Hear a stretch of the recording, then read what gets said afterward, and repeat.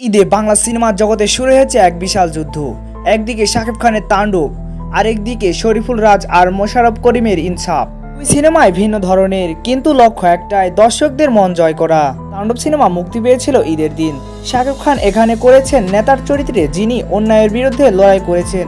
মাঝে মাঝে অ্যাকশন, আবারও কখনো ডায়লগ। দর্শকরা পাগল হয়ে গেছেন তার অভিনয় দেখে। মাত্র 7 দিনে এই সিনেমা আয় করেছেন 33 কোটি টাকারও বেশি, সে ইতিহাসের রেকর্ড। হলো আলাদা একটা ধরনের ছবি। এখানে আছে বাস্তবতা, সমাজের অন্যায়ের বিরুদ্ধে একটা শক্ত বার্তা। মোশাররফ করিমের অভিনয় ছিল এক কথায় অসাধারণ। অনেকেই বলেছে ইনসাফ দেখা ছিল সেরা ডিসিশন। সিনেমাও ধীরে ধীরে গতি পেয়েছে। 9 দিনে আয় করেছে প্রায় 2 কোটি টাকারও বেশি।